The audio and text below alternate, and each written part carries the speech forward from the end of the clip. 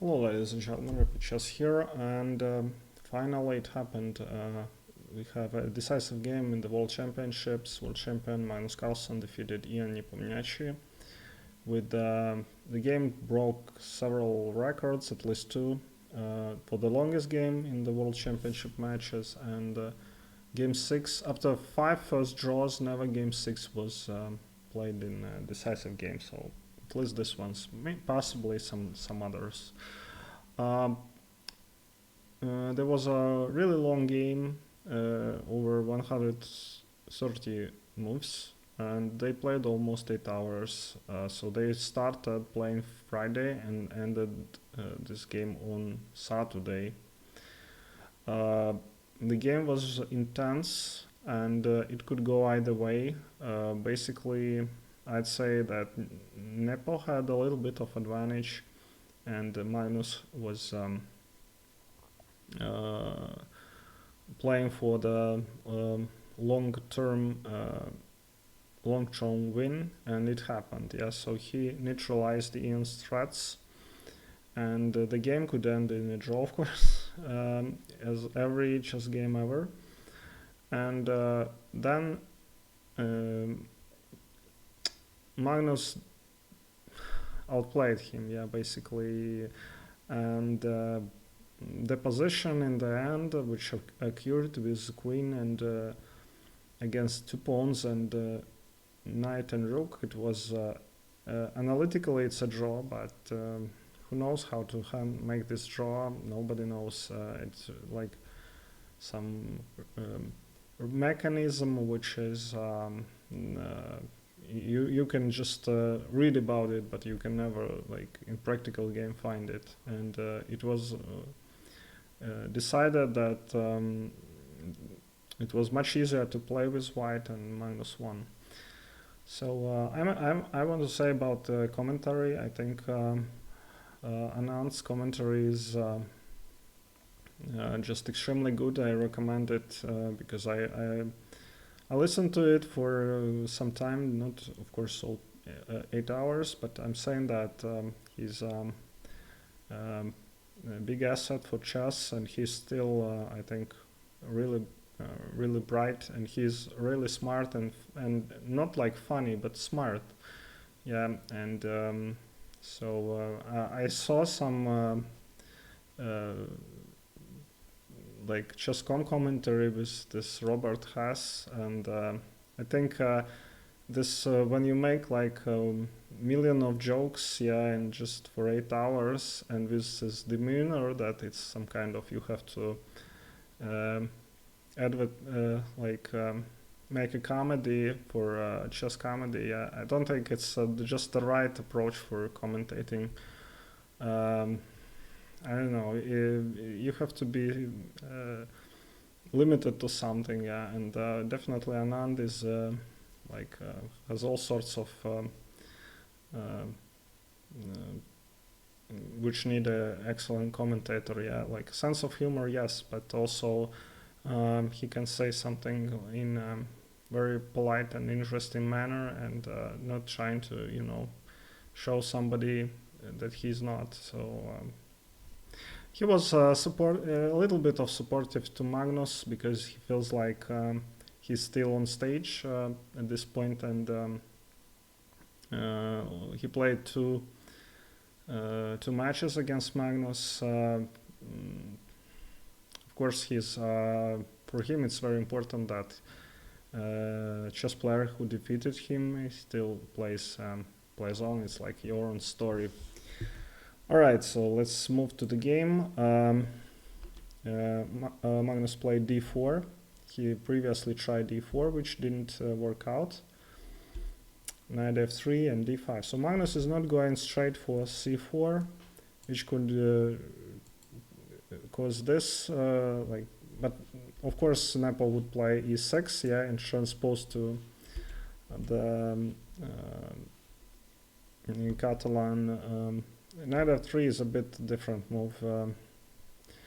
d5, g3.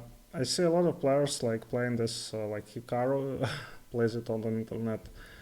You just don't play c4 and get into these forced lines. I would recommend here, just if you're an amateur, to play bishop g4, because you cannot just threaten the queen side because your c4 pawn is not defended. But what do I know? e6 is a good move. Castles, b3 again. Very modest move. There's totally no there should be nothing here for white, I believe, as it's not forced yet. Just black finishes the building up, and engine just says that the position is equally good. In plays c5, move that I would not play, probably, because you played bishop e7 and then you play c5, but have to play something. That's like a challenge for space. Magnus took, and he took back. Again, a bit not so easy to play. Decision takes. You give up the center pawn, and bishop b2. I don't know whether it works or not, but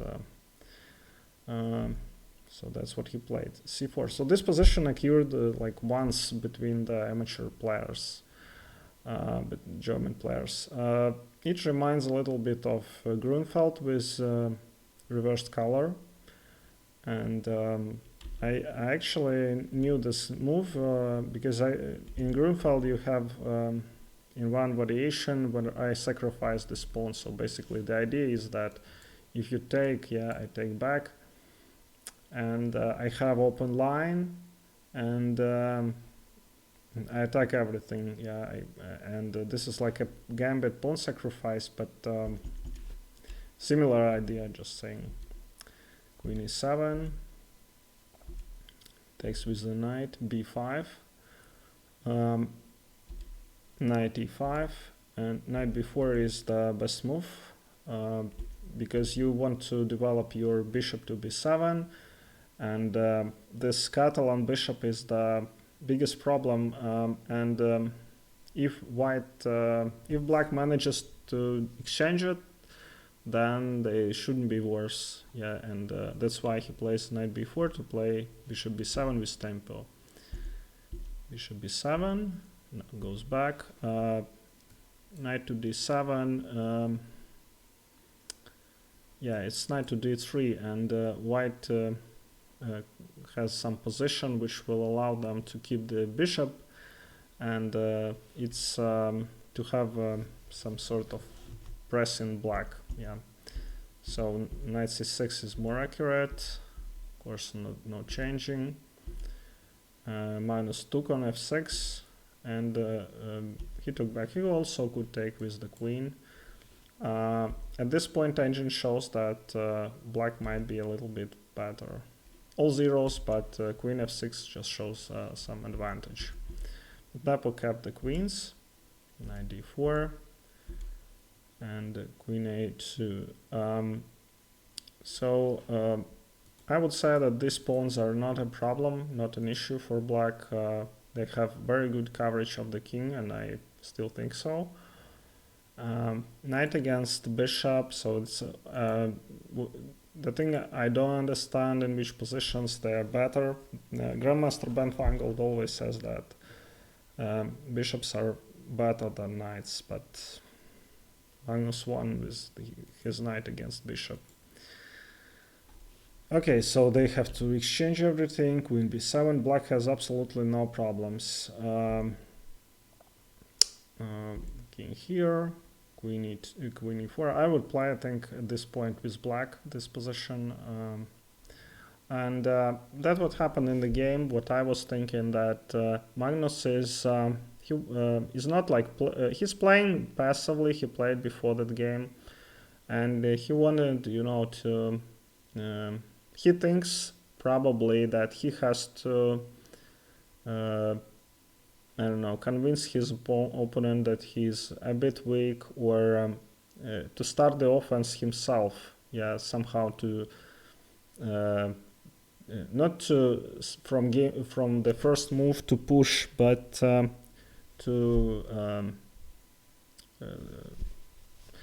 make your opponent want to play more actively, yeah. And when then you can capture him, because he like starts it and then you respond, and your response is somehow stronger than if you start yourself.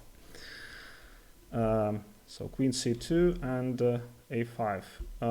Rook c8 was playable here as well, but I think a5 is a good move. You want to create some weaknesses on the queen side, or get a lot of space, which is also important.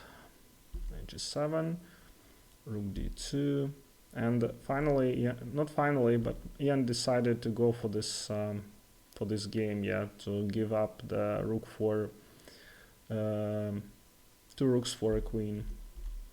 And he had some like 50 minutes advantage, which is important because they don't play with increment against move 40, which I think is a good thing. It makes match much more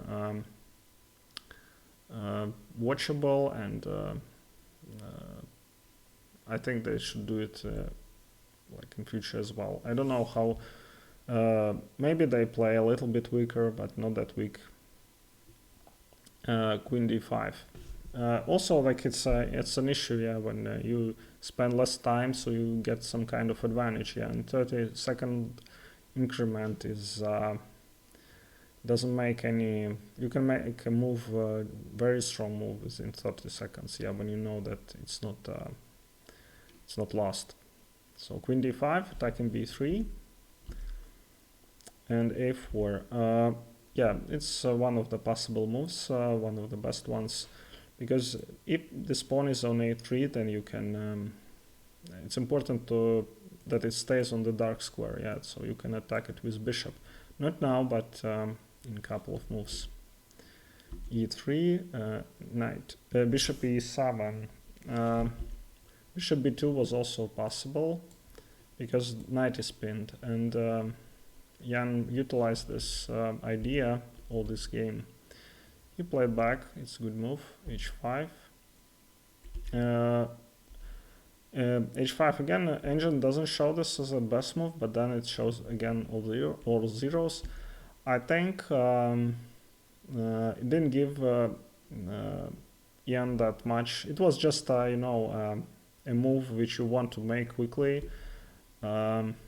When you have to pass the move, but then this pawn actually was weak, and he didn't lose it, but in some variations he had to be really to defend it a lot. King h2, the move has been criticized because it's kind of is pinned, and if you play queen here, yeah, I don't know. This way you can lose your pawn. So bishop b2, again using the spin. Rook c5. This again semi-attacking this h5 pawn. Queen d7 and rook d1. Engine was saying that after rook c to c2. Sorry, yeah. Yeah, somehow like this. This. No, engine is crazy. Okay, so let's move on. Rook d1 takes queen d7, which was a strong move. Defending a4, because when you have obviously black wants to keep his pawn. It's another sort of his counterattack. And I was thinking that black would be better here. Of course, I followed the engine and Anand didn't. But Anand was very sure that white is doing really well and Magnus will try to win this game. I wasn't that sure, and it appeared that Anand was right, yeah, that Magnus really had means of doing this, yeah, even though it looks like very dangerous for white. Rook c5, e5, attacking this knight, which is still pinned. rook c2 and queen to d5. Again, this is kind of, I think, more Ian at this point lost all his time advantage. Bishop b4 was stronger. You cannot pick up this bishop. You play something like this. Then yeah, e4. Here queen e6. Yeah, and all sorts. If you take here, then it's lost probably. Yeah, queen b3. So so Ian had to take. He didn't. Queen b3. And e4. Another idea was to play f5 and try to open up the king, because even if white has, let's say, this pawn and lose this pawn, then the king is very open and the queen will give a perpetual. Okay, so e4, knight c5 takes. Ancient suggested that this move gives white a big advantage. This bishop is trapped, and so this knight is defended. Yeah, you can't capture it because rook defends it. So Magnus, it was his last move on seconds, so it's understandable.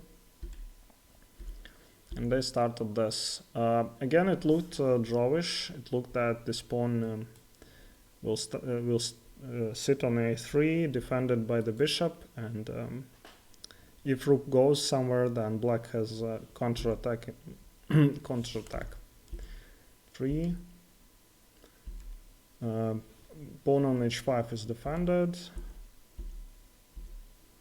Here, so Magnus doubled rooks, and he goes with the here. You want to move your knight somewhere near the this pawn and capture it. Yeah, then white will have. And white has a very good king. Yeah, it's intact, and black in this position cannot go for this breakthrough because this king is well covered, but you don't have enough to break through on the queen side. So they played. And this was like a mistake. So Ancient says that black can just do nothing here and wait for a better move. He doesn't. Like white cannot capture this pawn somehow. Like let's play knight c2, and yeah, you have to see this bishop e5, and if you take here, then your knight is hanging. Yeah, so you cannot play this. And if you play with the, I don't know, with rook, then yeah. So you have to play knight back because otherwise you lose. Yeah, and yeah, bishop d6 is a draw. So Jan didn't understand this, which is very difficult, of course. But Anand was saying that some commentators were writing that they noticed this idea. So they played on, and Jan took on h4, which is again, I would go for this because you think that black will be in time to play h4, and if they keep these two pieces and play h4, then it's a draw because white's king is very open, but Magnus didn't allow this. So knight to e2, and Anand was always showing this knight moves everywhere. His favorite piece is knight, as far as I know, and he showed the amazing things which this knight could do. And the problem is that they never allow this h4, which happened, but like 70 moves after this. Queen b3 was a good move, yeah, somehow pinning these two pieces because they want to play something like rook h5, but it's not possible. And the f3 also surprised me from Magnus. Yeah, it's such a big concession that your king becomes weak, but Magnus played, I think, extremely strong after that. Yeah, that this move was it wasn't a bad move, definitely. Yeah, never play f3, didn't work out. So and f4. Uh, so finally, white manages to put their the rook defending, and they start maneuvering. Yeah, and in this chess game, when it's amazing, but this could be a draw. But when you move your start moving your rooks, yeah, when you have this option, then it immediately becomes a winning game. Yeah, and Anand believed that it's very difficult for black to defend. Queen b4 with idea to play bishop a5. Rook c1 just defending excellently. Black has to wait here. Queen h5 and rook b1 was a strong move. Yeah, now white tries to catch black in Zugzwang. Yeah, and I don't. So they win couple of tempi. Yes, rook e5 is very strong. Yeah, very unpleasant to see. And at this point, Ian played perfectly. Yeah, he found all in every move.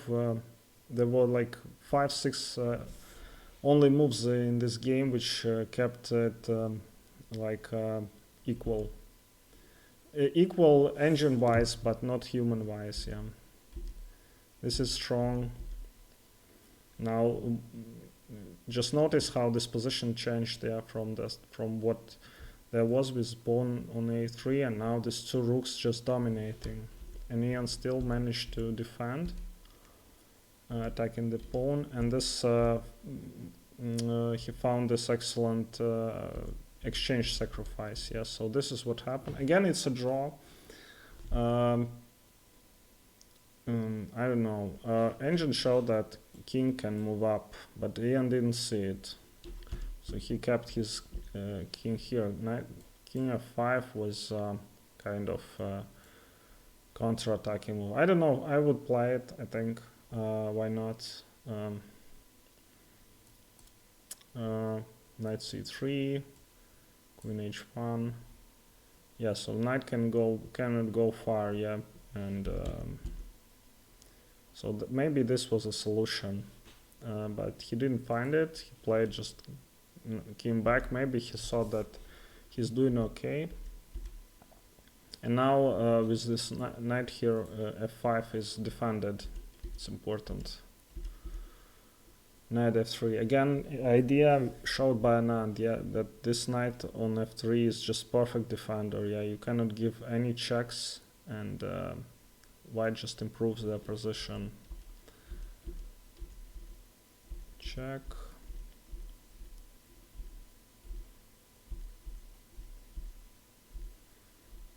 So he is just runs around the knight, wins some time, and there is this principle in endgames, no rush. Yeah, that when you're playing, you don't have to, you have to with increment. It's even more important that you win some time, and it's hard to opponent to defend. Yeah, so you want him to get tired and then start moving pawns only when you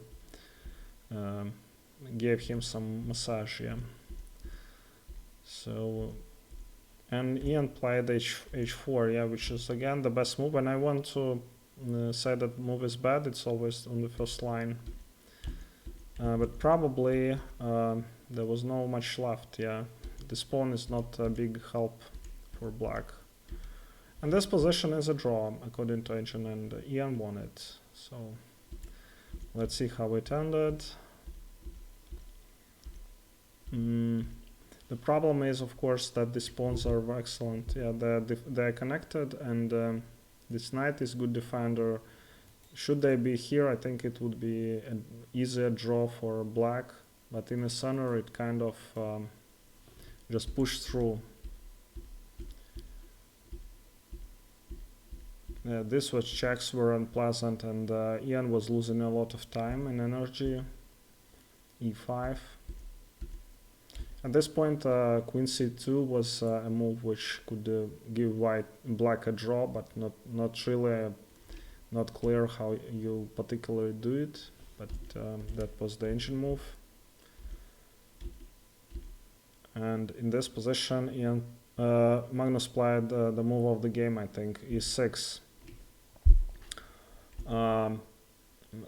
Rook f6 also wins, I see, but e6 is just incredible. He attacked the rook, yeah, but this wins. Check. Sorry.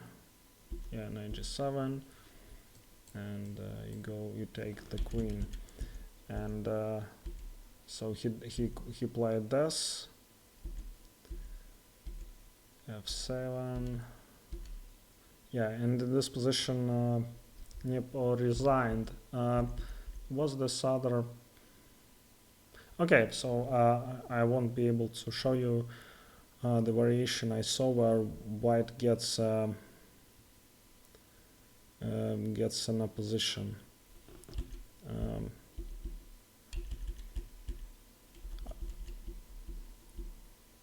27, 6 here. All right. Thank you very much for watching, and see you next time.